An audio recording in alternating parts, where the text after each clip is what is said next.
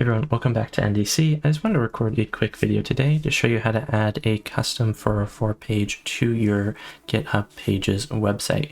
So here's my current live page, toolbit.dev, and if I were to go to a random URL that doesn't exist and hit return, you'll notice that we get this pop-up 404 file not found.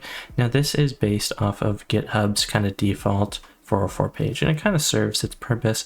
But if we want to create our own custom one, it's actually really simple to do, like simpler than you may think. So we're going to go to our GitHub repo that is currently live on GitHub Pages. Yours is going to be different than mine, and you're going to want to add a file. Now you can always create this file on like Visual Studio Code and then upload it later. I'm just going to create a new file, and the name is the most important part of this file. We're going to call it 404.html. Then all of our normal HTML content is going to go in here. I just added some like boilerplate code. I added the title, and I just added a body here saying, hey, the page you're looking for does not exist or has been moved. And then I actually just have a link back to the index, which takes us back to that home button. But again, the most important part is the 404.html. We're going to go ahead and commit this change. Go ahead and say create custom 404 error page.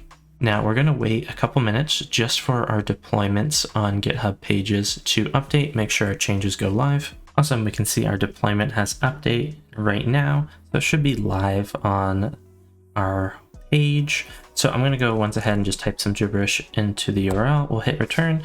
We can now see that we have our 404 page not found and then a back to home button. We can press it and it returns us to the index.html. So this 404 page is really basic. You may want to add some JavaScript to automatically redirect people to the home screen.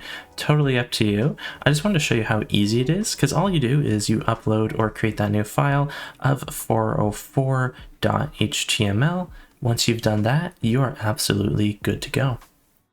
So I ended up further customizing my 404 page.